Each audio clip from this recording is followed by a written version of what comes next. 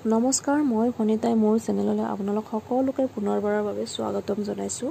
আজিৰ ৰেচিপিটো হৈছে সয়াবিনৰ। এই সয়াবিনৰ টেষ্টি ৰেচিপিটো মই ঘৰত প্ৰায় বনায়ে থাকোঁ, কিন্তু আজি ভাবিলোঁ বনাওঁ আৰু একেলগে আপোনালোকৰ লগতো শ্বেয়াৰ কৰোঁ। গৰম পানীত মই 1 কাপ সয়াবিন তিয়াই থৈছোঁ 10-15 মিনিটমানৰ বাবে। এয়া কোমল হৈ গৈছে। তাৰপিছত ভালকৈ পানীখিনি টুকি লৈ মিক্সিত মই ভালকৈ এনেকুৱাকৈ মিহিকৈ লৈছোঁ। মিহিকৈ লোৱাৰ পিছত প্লেট এখনত ট্ৰান্সফাৰ কৰি বইল আলু এটা ডাঙৰ সাইজৰ মিহিকৈ সানি একেলগে সয়াবিনখিনিৰ লগত মিলাই লৈছোঁ।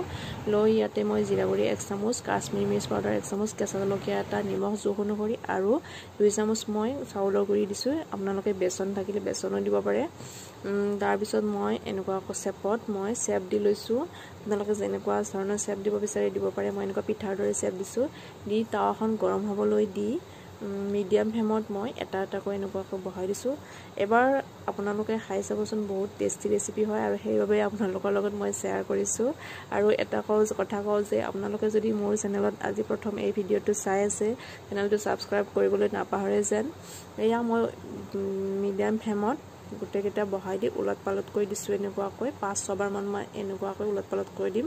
যেতিয়ালৈকে মুৰমুৰীয়া নহয় তেতিয়ালৈকে মই ফ্ৰাই কৰি থাকিম। মিডিয়াম ফ্লেমত ফ্ৰাই কৰি আছোঁ। তাৰপিছত এয়া দেখিছেনে, দেখিবলৈ ধুনীয়া হৈছে আৰু হৈ গৈছে প্ৰায়।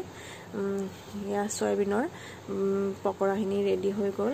বহুত টেষ্টি ৰেচিপি হয়। এবাৰ খাই চাব, বনাই চাব এবাৰ।